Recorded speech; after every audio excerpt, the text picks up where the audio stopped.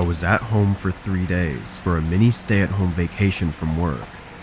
I live in a very rural area, about an hour from the city.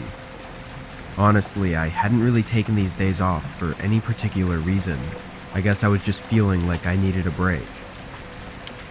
It was on my first day off as I stayed at home and watched TV, among doing some other small things around the house. Around dinner time, though, a knock came from the front door. I sat up from the couch and looked at the clock, seeing it was 7 p.m. It was strange for anyone to be at my house in general, but given the time as well, it was even more so. I walked up to the door and cracked it open. A man was on the doorstep, smiling at me. He looked like any other guy, no special features or anything. "What do you need?" I asked, looking around behind him and noticing no car or truck in my driveway. The man maintained his smile as he went through a whole scenario he was in just a few minutes ago. He said he was on the road that connected to my driveway when someone slammed into his car and drove off, leaving him stranded and having to come to me for help. The way he described it, and just from looking at him, things didn't seem to add up. My driveway was far from the road, and the chances he got into an accident right by the entrance was almost zero on such an empty road. I told him I'd call the police for him if he'd like, but the man declined. He said he wanted to borrow my phone to call his wife. It took me a few seconds to respond, because being unsure about the situation made me nervous to say no to him. I said I would call the police and that was it, but the man's smile went away as he said don't worry about it and walked away from the porch. I closed the door, then looked out the window as the man walked down the driveway and disappeared in the dark. After a moment, I called the police just to be safe. About 20 minutes later though, I got a call back from them saying there were no signs of any crashes on the road. I stayed up late that night, looking out the windows and just being overall a little bit uneasy. But once it got to around 12, I was too tired to stay up. I went upstairs to my bedroom and got ready, then got in bed and fell fast asleep. I remember waking up frantically, but not understanding why. Like maybe I'd heard something in my sleep, but didn't wake up fast enough to comprehend it. Looking over, it was about 3 a.m. I got up from my bed and walked over to the door so I could listen for any sounds in the rest of the house. It was mostly quiet, but I could hear a slight rustling sound from somewhere outside. I carefully walked down the stairs to check on it, thinking it was probably just a bush brushing against the house. But as I got to the downstairs hallway, I realized the sound was moving. It was going along the edge of the house and toward the front. I felt my heart start racing as I tried to reassure myself everything was okay, but then the rustling stopped, and only a moment later, there was a knock at the door. I stood still at the end of the hallway and stared at the front door, terrified of whoever was out there. After a few seconds, I moved away and up to a small window on the side of the house that had a view of the porch. Through the blinds, I could see two men, both in dark clothing, and both holding something in their hands. It looked like tools or weapons of some kind. My eyes widened in fear as I backed away and quietly walked back up to my room. More knocking echoed through the house as I called the police and locked myself in. As I stayed on the phone, the knocks turned into banging thuds, and I immediately knew it was what I feared. They were trying to break the door down. Hit after hit, non-stop for over 5 minutes, they banged on the door, shaking the whole house. Then the operator on the phone finally said an officer was pulling up to my house, and at that same time, all the banging stopped. When the cop pulled up though, he said he didn't see any men at my door. They must have run off just before he could see them. The door, however, was barely hanging on. The wood was bent and splintered, with only the bolt lock still in place. I was lucky that the police were able to show up quick enough, but I guess I was also smart to have not helped that one man. I'm assuming if I had, I would have only accelerated their plans to do whatever it was they were trying to do. Even today though, I still worry about them coming back. A year ago, in midwinter, I was staying at an Airbnb on the east coast of the US. I had a family member that was sick, and I wanted to be nearby for a few weeks in case of any emergencies. While staying there, I figured I might as well make a vacation of it, since I'd really be doing nothing else. So the Airbnb I got was a modern cabin with a small lake behind it. Most of the area around was a forest as well, so it was really nice and a very different landscape from where I lived. Anyway, about a week after I'd gotten there, I rented out some camping equipment and thought it'd be nice to go out by the lake and maybe spend a night on the beach. The Airbnb was only a short walk away, if there was any trouble, so it wasn't really much of an adventure. I just wanted to lay out by the stars and clear my head, I guess. I made a few walks out to bring all the equipment, then set up the tent. It was actually really easy because it was made for beginners, so I had plenty of time to get everything else set up, as well as a rock circle for the campfire. Once that was all done, I kicked back and relaxed, sipping on a beer as I watched the sunset.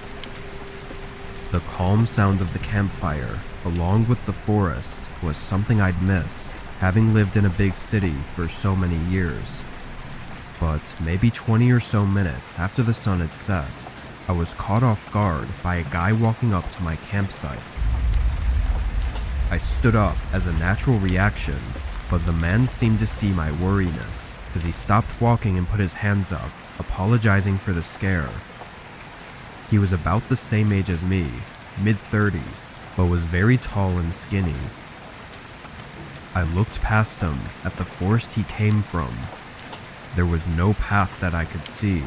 It was just a bunch of trees that backed up to the lake. Where did you come from?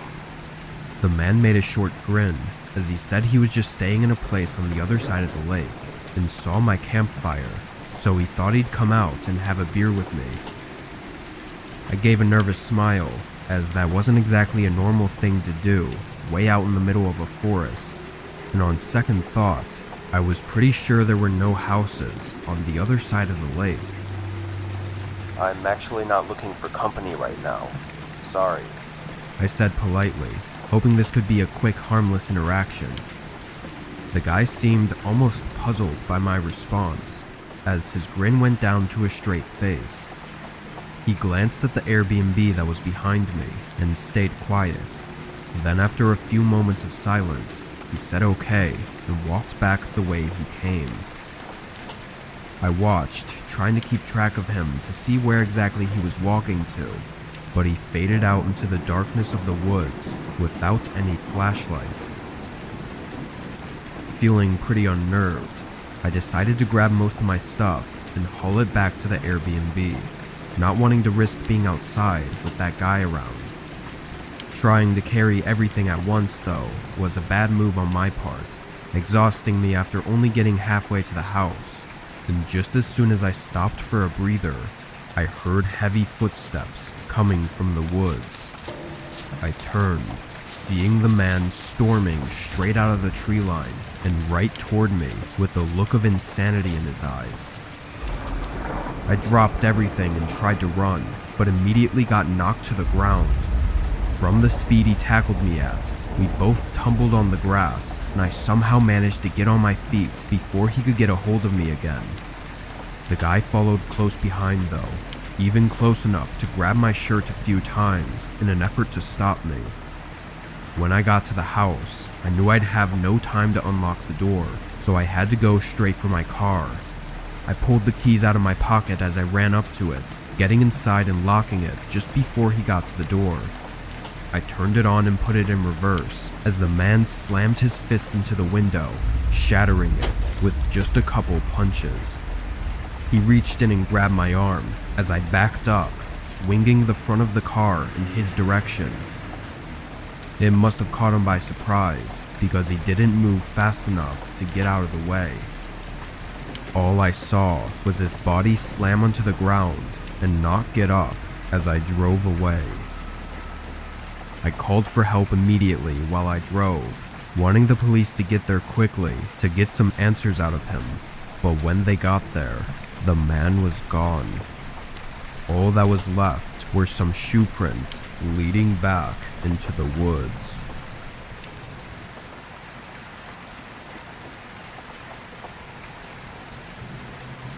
When I was 14, my dad and I lived in a small studio apartment on Hollywood Beach in Florida. We didn't have hardly any money, but we treated ourselves to take out every other Thursday from the same Chinese place a few blocks away. They were family run, so the same guy came to deliver the food pretty much every time.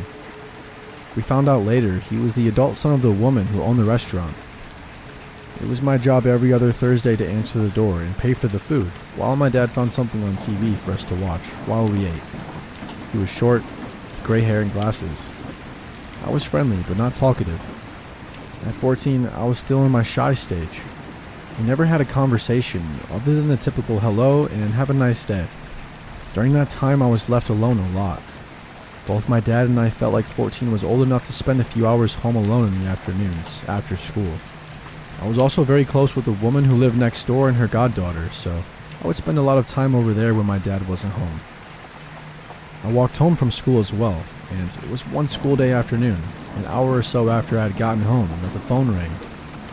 This was around 2004, so having a house phone was still really common. Ours was set up at the side of the table in the main room of the studio apartment. I answered it, and for a second I thought there was going to be no one on the other end, because there was a long pause. And this sort of stammering that I couldn't understand. Then, "This is Alan," which was barely understandable because of the heavy Asian accent. I say Asian because I'm not sure if it's okay to assume they were Chinese, just because they ran a Chinese restaurant.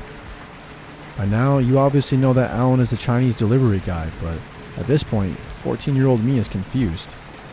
Who the hell is Alan? I say something along the lines of, what? And he clarifies, "Your delivery guy. Chinese delivery." Now I am even more confused. What does Alan the delivery guy want? He goes on, "Did you, order food?" "No, we did not," and I tell him so. He is quiet for another second or so, then, "Are you home alone?" My heart dropped into my stomach. Now I'm pretty sure I know what Alan the delivery guy wants, and yes, I was home alone, but I wasn't about to let him know that. My first instinct was to tell him that my dad was home, but this wouldn't work, because his work van wasn't outside, and I realized that Alan had been to our house enough over the last few years to know my dad's van, and if he drove by, he would know he wasn't home. "My uncle is here," I say, and immediately I think it's a horrible attempt at a lie, and Alan is going to know that. "Why?" I challenge him. He's quiet again for a moment, then a statement, not a question. "You are home alone." I am stunned and have no idea what to say now as I'm trying to think of something. "Never mind," he says and hangs up. I'm so weirded out and scared at this point that even though part of me thinks I actually scared him out of whatever he had planned, another part of me says go lock all of the doors. So I do, front and back. By the time I get to the front room from locking the back door, I look out the front window and I see a car parked in the driveway. It's Alan, just sitting in his car. The windows are rolled up and lightly tinted, but I can see him behind the steering wheel just staring at my door. 30 seconds later, the house phone starts ringing again. I don't answer it. Alan stays parked in the driveway for about 5 more minutes. I stood looking out the window the whole time, thinking to myself that the second he got out of the car, I was going to grab a knife from the kitchen. Such a dramatic young woman I was. The house phone starts to ring one last time. I don't answer it. As soon as it stops ringing the second time, I pick it up and dial 911. I was terrified. Not only because of Alan, but I was afraid my dad was going to be angry with me for calling the police. It's a completely different story, but he and the law have not always been on the same side, and I was raised with a sort of subliminal aversion to the police, and the idea that anything I couldn't handle myself, my dad could handle for me. Alan drove away while I was on the phone with the 911 operator. I was in the middle of telling her he was calling the house and parking the driveway, when he just put the car in reverse and sped down the street. The police took a statement from me when they got to my house, then sent me next door to hang out with a neighbor and her goddaughter. We sat on the front porch and I told her the story of what happened, while the officers went down to the restaurant to talk to Alan and contact my dad. In the end, Alan was able to get off with a warning by telling the officers that there was a confusion and he thought that we had ordered food, which his mother confirmed.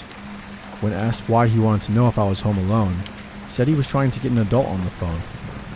The police told them that they will have to make someone else make deliveries to customers in my area from now on, and to make sure that Alan keeps his distance. In all honesty, I think it was my dad's phone call to the restaurant later that really made Alan realize he had screwed up, and not the warning from the cops. He was fuming when I told him the story, as I imagine most fathers would be. He called the restaurant and spoke to the woman who owned the place first, then somehow convinced her to put Alan on the phone. What followed was one of the greatest conversations I have ever heard, even if it was only my dad's side I was hearing. Nothing makes you feel more loved than your dad in macho protection mode. My dad threw insults that I've never even heard of before, and I was in middle school, a kingdom of insult connoisseurs. I knew it was a very serious situation, and I knew that my dad was really angry, but I was in the background stifling laughter into a pillow. At one point, my dad asked Alan what the hell he was thinking for driving over here, to which Alan responded something about being lonely, and my dad said, "If I ever catch you on the street again, Alan, if I even hear that you were near this street, I will make sure that you are lonely for the rest of your life." We stopped eating from that restaurant after that.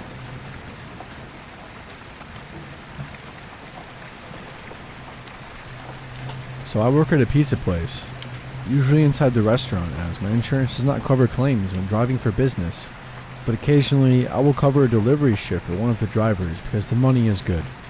Our delivery area includes a few new development, upper middle class cookie cutter neighborhoods, bad tips, an older 1940s era village, average tips, 2 apartment complexes, great tips, some trailer parks, great tips or no tips at all, and a bunch of rural areas, usually good tips. Not rural to the point of seeing hundreds of stars at night, but enough that you couldn't hear your neighbors yell. So about a week ago I was covering a delivery shift. I came back to the shop feeling pretty good. I'm averaging $5 a delivery so far, and they have all been pretty close. And I checked to see if I have any more deliveries to do. And I do. I have one to an address I have never seen before. We mostly have regulars get deliveries, so an address that doesn't seem the least bit familiar is odd. It's out on one of the more rural roads. I asked the kid who took the order what was up because there were special instructions on the ticket. He says, "They said go around back because the front door is not operational." I'm like, okay, well that's not that uncommon. People often want you to go around to the back. Either they painted the door recently, or the house shifted and it's a bitch to open, or they are just hanging out in the back. So as I'm driving out to the house, I get an odd feeling. I don't really like the idea of going to the back of some house out in the sticks. It would all be too easy for some thugs to order a pizza to an abandoned house. There are quite a few in the more rural areas. Then jump the delivery guy. I figure I'll scope the place out when I get there, and if it seems sketchy, just call them and make some bullshit up about how it's against company policy to go around the back of houses to prevent robberies. As I am driving to the house, I realize it's towards the end of this road that gets less populated the further down you go. Great. I'm pretty near the address and driving slow. I see this house that is abandoned looking and set back from the roads with no address and in a bunch of trees. I think, this house better not be it. So I drive past and check the next house's address, and lo and behold, that abandoned looking one was the right house. Shit. At this point, I am not super worried though, because out in the boonies, the standards of upkeep on your house are pretty low, so a house in disrepair isn't necessarily unusual. So I double back to this house and I pull into the driveway. At this point, I'm getting bad vibes. It just doesn't feel right. So I park my car at the very end of the driveway with the rear of the car on the shoulder so anyone passing by can clearly see it. At this point, I call back to the shop and tell them I'm at this sketchy house, and if I don't call back in 4 or 5 minutes, to call me, and if I don't answer, call the cops. While I'm on the phone, I take a chance to take a good look at the house. It looks extremely abandoned and not just in disrepair. The driveway is crumbling, bits of gravel, and there are weeds growing out of it. There is no mailbox, no trash cans, no car, no lawnmowers, no landscaping, no kids' toys. Absolutely nothing in the yard. The yard hasn't been mowed in what looks like years. The house is total crap, and the roof is all but falling apart. The siding is falling apart, and even the back deck, which comes around the side, is falling apart. The only part of this house that looks even a little bit decent is the allegedly non-functioning front door. The windows are all shut. It's like 95 degrees and humid, and this place does not have an AC. They all have the blinds or curtains shut. The few that aren't are actually boarded up. I don't even see any wires running to this house. It's not dark yet, but it's dusk, and there isn't a sign of any lights on in the house. At this point, I'm starting to get a little bit nervous. I'm a 5'10 male, 180 pounds, but not in any great shape. But I did take karate for 10 years, so I'm not completely helpless. But I do try to avoid any sort of confrontation I can, as I'm mostly a pacifist. I'm not too concerned about getting robbed. No skin off my teeth, it's not my money. I mean, I would rather not get robbed, but I'm mostly worried about getting jumped or killed. It's a fairly safe area, but recently there have been some rather unsavory people moving in from the city. A big spike in home invasions and robberies, but more worrying, a few stabbings and assaults. So it's either time to nut up or shut up. I'm not just going to go charging in there like a fool, so I get out my phone and call the number they gave when ordering. While I'm doing that, I'm also getting the pizza out and make sure to leave my door open. A running car half in the road at an abandoned house with the door open looks suspicious, right? I figure if shit goes down, it might look out of place enough to make someone stop. Not that there is really any traffic this far down the road. I'm starting to walk up to the house while the phone's ringing. It rings twice, and then an automated message comes on. It says something along the lines of this phone number is associated with an internet texting app. One of the ones that you download, and it lets you send free text from a different phone number over a data connection. I think it's called Haywire. We have had issues with people using numbers from those services for pranks in the past. This is a huge red flag. My heart is now pounding in my throat and my whole body is telling me to bail. I don't want to get a reputation for being a flaky bitch as a driver and lose any future delivery shifts, and that is why I have not bailed yet. I'm just standing there holding the pizza, looking at this house, but not wanting to venture around to the back of it. I'm hoping that the resident will look out of the window and come out by the road to get their food. So I am looking at the front windows, checking for some sign of life. I could see a blind go up the one window next to the front door, and a really creepy looking guy with a hat pulled low and big sunglasses on is looking out.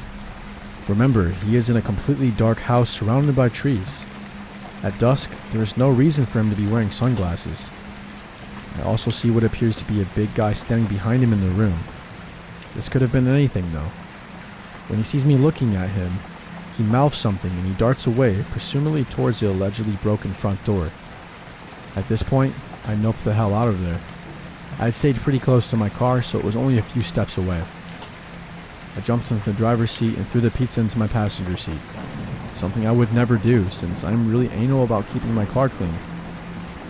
I slam it into reverse before I get the clutch all the way in, so I grind my gears a little. Again, something I never do.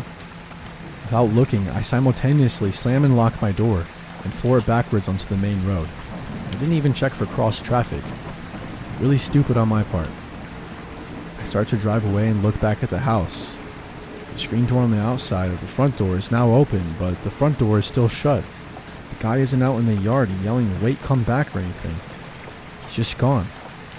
So I pull over a little ways up the road to call back to shop and tell them I'm all good and I'll elaborate when I get back. The people never called back to inquire about their food. People usually like to call if their pizza is 15 minutes late, and these people never got it, so it's pretty strange that they didn't call. pretty much confirms to me that they were up to no good. After telling my coworkers about it, we concluded it was definitely a robbery at the very least. So we put the address and phone number on our no deliveries list and ate their pizza.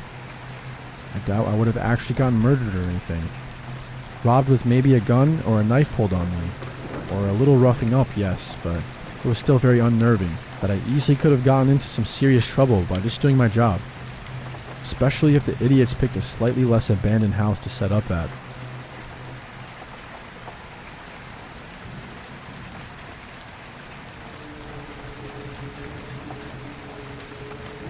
A few years ago, I was working at a pizza chain in my hometown as a driver. I was 27, but I made darn good money delivering. I had worked at a few other places, both local and chain, in the years before, and still work as a dasher on occasion, even after this happened. Now I choose to deliver in much safer areas for this reason. I got luckier than I could ever imagine. One night I was working and I had a double, 2 deliveries to take. Both were cash orders.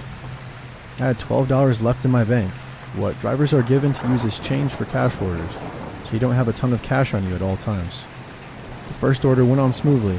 The guy gave me $50 for a $35 order, so I was excited about the nice tip. I drove to the second delivery. It was at an apartment complex with multiple buildings. I had delivered there before.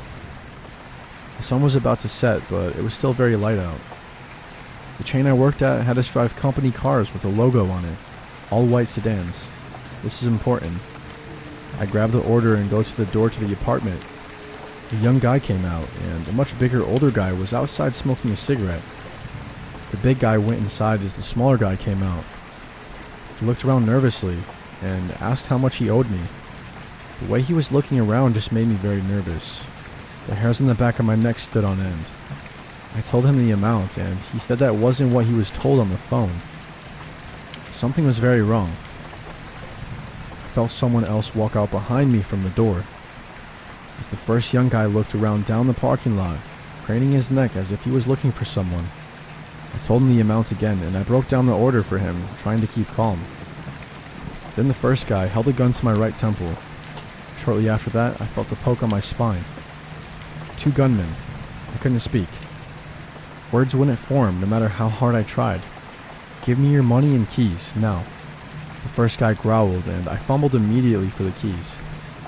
I gave him the keys, trying my best to remain calm. Another guy came up from my left. He had poofy hair and was around the same age as the first kid. The one behind me I hadn't seen yet.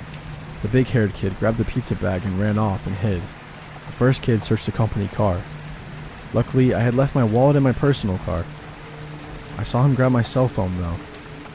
That's when the panic really began to set in.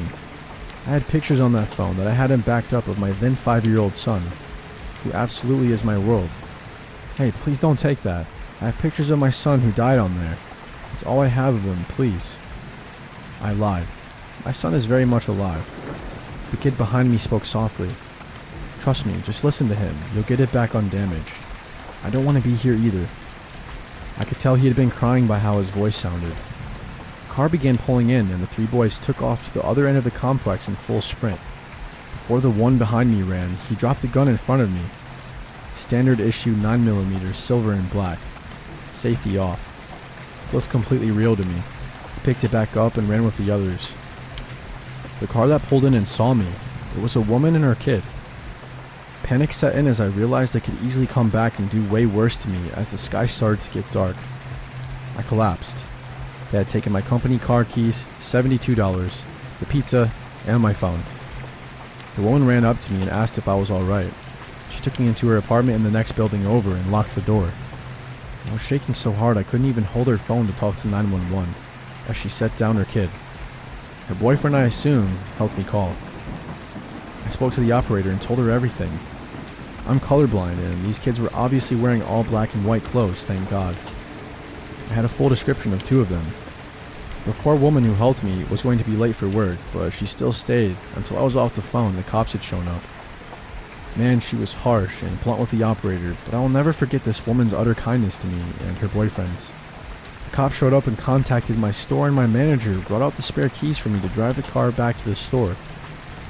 After dealing with the cops, I drove back and I was greeted by crying and beyond worried coworkers. All of them were terrified that I was hurt. It meant a lot to me how much they cared, but I told them I was fine. I filed the proper paperwork, and the 72 was written off as a loss to the store.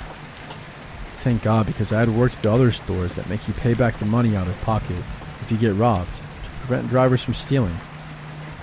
I was told by the owner to take the rest of the night off and take care of myself. He gave me a hug. He was, to this day, one of the best bosses I've ever had. What I didn't know was I was in for a very, very long night. I called my best friend before I left the store from the store phone and asked where he was.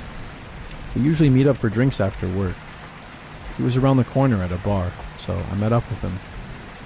His dad was a District 4 cop in my city at the time, the same district that this happened in.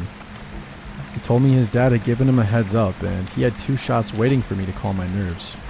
After the 2 shots, we began playing pool when his dad called his phone and asked if I was with him yet. He said yeah and handed me the phone. His dad asked if I could come to the station. I was honest though and I told him I'd had 2 shots, so he sent out a squad car to get me since it wasn't that far away. So we get to the station. They had suspects in custody already. I was needed to ID them. 3 boys and a driver. They had been caught less than 20 minutes after the robbery, speeding. The be on the lookout had already gone out and they matched the description. They had used the money to buy weed and gas and had taken off. They had at least 15 stolen cell phones on them. The order had been placed on a stolen phone even. My phone was in the mix in the box. The police told me to grab my phone only and I did. They asked me to unlock it. They had fingerprint verification, so that was easy. 9 of the 10 tries to unlock it had already been used before my phone would have completely reset. It unlocked. I told the police every detail yet again, although my parental instincts kicked in. I told them the guy behind me quite obviously was bullied into this and to show mercy. He was the one with the white shirt. The police went wide-eyed and told me that he was the one talking. The other 3 denied involvement. That's when I found out about the 4th guy, the driver. We found out that later he was completely unaware of the robbery and was just picking up his friends. He was never charged. The boy who was behind me and the one who grabbed the pizza were 15 and 16 and got 6 months of house arrest. The only reason the one behind me got off so easy, despite having the gun to my back, was because I asked him to go easy on him, because he was a good kid who didn't want to be there. And he was the only one confessing. Makes sense, since he even said the other guy wouldn't have the phone for long. He was planning on going to the cops had they not been caught. But the other guy, the first kid who put the gun to my temple, it was his 18th birthday. He got the book thrown at him. In the courtroom, he made fun of me and was laughing at me. Seeing him made me panic. The judge scolded him for his behavior and he just grinned and glared at me with a Joker-like grin. All I could see was pure evil. This kid will definitely commit more crimes. I have no doubt he will eventually end someone's life. You can see how cold he is just by looking in his eyes. He's an evil person. I grew up in a town full of murders and abusers, and I had never seen this kind of evil in my life. And I never want to again. I asked to have my name stricken from the records and asked to remain anonymous in case he ever got out. I'm so glad I did because today I got a letter from the state. It's being released in February. The court only had my old address, my parents' house, and my mom didn't think the letter was important. I missed the deadline to protest his release for probation. The plea deal was 8 years, and it's only been 4. Apparently he's getting out early due to overcrowding. Not good behavior, overcrowding, this coming February. And I'm ready if he finds me. My wife, my parents, and everyone I know knows his face and name. If he tries anything, we are all ready. But for his sake, let's not meet.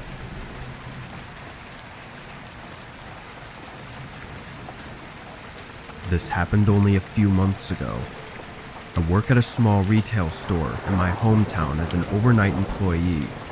I do all the regular things, like stocking shelves and taking inventory, and sometimes unloading late arrival trucks. The job is very chill, being that I'd usually work alone or with one other person, so nobody is there to boss me around all day. On this night, I was alone until 4 a.m., and I had a lot to do. Over the course of an hour, I was in the aisles the whole time, not needing to go to the back room for anything. But at around 11:30, I thought I heard something from the back. I walked down to the end of the aisle and looked around, then went into the warehouse room, and right as I entered, there was a knock on the back door. That door was only used for truck drivers when delivering a load, but I was never notified about any deliveries this night. Being a large metal door though, there was no peephole or glass to look out of and see who it was. I walked over to the delivery bay and opened the garage just a crack, and just as I'd assumed, there was no truck. I was almost hoping there would be though, because now I was really skeptical as to who was knocking on the back door in the middle of the night. A few minutes went by, and no more knocks or sounds came from the door. I even pressed my ear against it and tried to listen, but I was pretty sure whoever had been out there was gone now. Being curious and slightly dumb, I opened the door to make sure nobody was still outside. I peered out into the unlit driveway running behind the building. There were no cars, no people, and not even any sounds. It was just empty and quiet. Seeing this and thinking back to the loud knocking, I felt a shiver go through me and I closed the door. I walked back to the aisle I was in before and tried to get back to work without worrying too much. Through the next couple hours, I went in and out of the back room several times, but never heard anything else. It was 2 a.m. by this point, and I was finishing up stocking one of the middle aisles when a very quiet but recognizable sound came from the back. It was the metal door clicking shut. My face went white as I froze up. I didn't hear anything else, but I knew I had to check on it. I walked very quietly, still listening as I approached the back doors. At first glance, looking around the warehouse, I didn't see anything, so I made my way further in and toward the back door. It was closed, and being that it only opens from the inside, I was just confused. Trying to think of what could have happened, I turned and looked down the hall of lined up boxes when I saw a figure facing me. He stood at the end of the hallway, seeming to have just rounded the corner and not expecting to see me. But after a short moment of shock, the man started sprinting at me. He was large and intimidating, with a look of anger in his eyes as he came barreling down the hallway. I ran for the door and into the grocery aisles, trying to make it to the front of the store. The man's footsteps coming up behind me were horrifying, but by the time I got to the front, the footsteps had stopped. I pulled my keys out and unlocked the door, and as I shoved the door open, I looked to my side and saw the man standing at the end of the aisle, just watching me. Without hesitation, I ran out into the parking lot and into my car, calling 911. By the time the cops arrived, the man was long gone, with no traces of where he went. Through the security footage, we could see the man wedging something into the back door that somehow unlocked it, allowing him to get inside. Once he was in, he looked around as if trying to find something particular before he saw me and chased me to the front. Why he let me leave and why he even broke in is still unknown. I don't know what would have happened had the man caught up to me or decided to not let me leave, but I'm just thankful it never had to come to that.